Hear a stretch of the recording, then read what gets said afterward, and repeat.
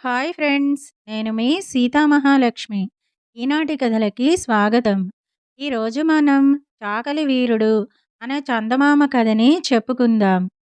ఒకనాటి రాత్రి భయంకరమైన ఉరుములతో, మెరుపులతో ధారాపాతంగా వర్షం కురుస్తోంది. దానికి తగ్గట్టు ఈదురుగాలి కొట్టి అమిత చలి వేస్తోంది. ఇటువంటి వర్షంలో చిక్కుకున్నది ఒక పులి. వానకి తడిసి చలికి వణుకుతూ ఎక్కడికి పోవటానికి తోచక ఒక పూరిగుడిసె పంచన నిలబడింది. ఇంతలో ఒక చాకలివాడు, వాడి పేరు ముత్తు, ఊరాగా తాగి పెద్దగా పాడుకుంటూ గాలివాన సంగతే తెలియకుండా మత్తులో తూలుతూ ఆ దారిన వచ్చాడు. ఆ రోజే వాడి గాడిద ఎటో తప్పించుకుని పారిపోయింది. వాడు వానలో పడి వస్తూ గుడిసె పంచన నిలబడి ఉన్న పులిని చూసి తన గాడిదే అనుకున్నాడు. వెంటనే పాడటం ఆపి పులిని సమీపించి, ఓసి నిన్ను నరకా, ఇక్కడ దాక్కున్నావా? నీకోసం ఊరంతా తిరిగి చచ్చానే, పద ఇంటికి, నిన్నేం చేస్తానో అంటూ ఒక చేత్తో పులి చెవి పట్టి మెలిపెడుతూ, రెండో చేత్తో దాని వీపు మీద చరుస్తూ దాన్ని ఇంటికి తోలుకుపోయాడు. అసలే గాలివానకి సగం చచ్చి ఉన్న పులి వాడి వెంట వెళ్ళింది. చాకలి పులిని గుంజకు కట్టేసి ఇంట్లోకి పోయి అన్నం తిని పడుకుని హాయిగా నిద్రపోయినాడు. మర్నాడు తెల్లవారి చాకలివాడి పెళ్ళాం లేచి బయటికి వచ్చి చూసేసరికి గుంజకు పులి కట్టేసి ఉంది. ముత్తు భార్యకి పై ప్రాణాలు పైనే పోయాయి. అది గబాలను ఇంట్లో దూరి తలుపేసుకుని ముత్తుతో బయట పులి ఉన్న సంగతి చెప్పింది.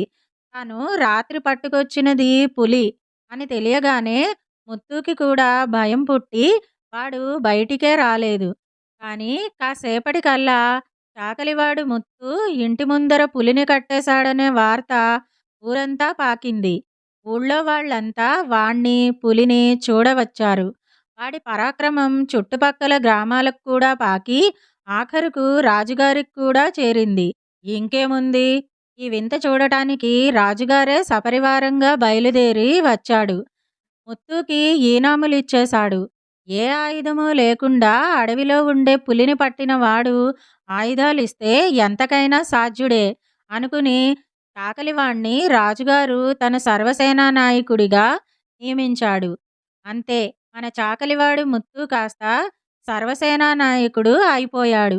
ఇది జరిగిన కొద్ది కాలానికే మన రాజుగారి మీదికి శత్రురాజు ఒకడు దండెత్తి వచ్చాడు. ఆ శత్రురాజు మీదికి సైన్యాలు నడపవలసిన బాధ్యత మన చాకలి మీద పడింది. రాజుగారు ముత్తుకి మంచి గుర్రాన్ని కూడా ఇచ్చాడు. కానీ మన చాకలి ఎన్నడూ గుర్రాన్ని ఎక్కిన పాపాన పోయినవాడు కాడు. అటువంటి వాడు శత్రు సైన్యాల మీదికి సేనలను ఎట్లా నడుపుతాడు? అందుకని రాజుగారితో ముత్తు ఏమన్నాడంటే, మహారాజా, ముందుగా నేను వెళ్ళి శత్రు సైన్యాలను రహస్యంగా తనిఖీ చేసి వస్తాను. నాకు 2 రోజులు గడువిప్పించండి అన్నాడు. రాజుగారు సరేనన్నాడు. ముత్తు ఇంటికి తిరిగొచ్చి, ప్రాణం మీదికి వచ్చిందే, ఏమిటి ఉపాయం అని పెళ్ళాన్ని అడిగాడు. ముందు చాకలివాడు ముత్తు కనీసం గుర్రాన్ని ఎక్కడమైనా నేర్చుకోవాలిగా, ఆ పని చెయ్యమని ముత్తు భార్య సలహా ఇచ్చింది. పగటిపూట అయితే ఎవరైనా చూస్తారని పొద్దుగూకిన తర్వాత చాకలివాడు ముత్తు ఎంతో కష్టపడి గుర్రం మీద ఎక్కి కూర్చున్నాడు. కానీ ముఖం వెనక్కి తిప్పి కూర్చున్నాడు. ఇట్లా కూర్చోవటానికే ఎంతో ప్రయాస అయింది. అందుచేత వాడు మళ్ళీ ప్రయత్నించక, గుర్రం పరిగెత్తితే నేను పడిపోతానేమో, నన్ను గుర్రానికేసి గట్టిగా కట్టు అన్నాడు. సరేనని వాడి పెళ్ళాం వాణ్ణి గుర్రానికేసి గట్టిగా కట్టేసింది. గుర్రం పరిగెత్తనారంభించింది. అసలే అది ఉత్తమ జాతి గుర్రం. ఎన్ని యుద్ధాలకో పోయి వచ్చింది.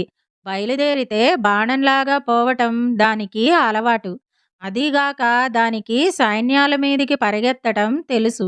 అందుచేత అది ముత్తుని వేసుకుని శత్రు సైన్యాల మీదికి వాయువేగ, మనోవేగాలతో పరిగెత్తసాగింది. ముఖం వెనక్కి తిప్పి ఉండటం వల్ల చాకలివాడికి చాలాసేపు తాను ఏ దిక్కుగా పోతున్నది తెలియలేదు. కానీ దూరాన గుర్రాల సకిలింపులు, జనుల కలకలము వినపడి వాడు వెనక్కు తిరిగి గుర్రం పోతున్న దిక్కుకేసి చూసేసరికి శత్రు సైన్యాల డేరాలు, వందలాదిగా సైనికులు కనపడ్డారు. వెంటనే మన చాకలి ముత్తుకి పై ప్రాణాలు పైనే పోయాయి. గుర్రం పరుగు ఆపటానికి ఏ ఉపాయమూ తోచక దారిలో తన పక్కగా అందిన చిన్న తాడి చెట్టును గట్టిగా వాటేసుకున్నాడు. అట్లాగూ ఆ గుర్రం ఆగలేదు. తాడి చెట్టు పెళ్లగిలి చాకలి చేతుల్లోకి వచ్చినా ఆ గుర్రం పోతూనే ఉంది.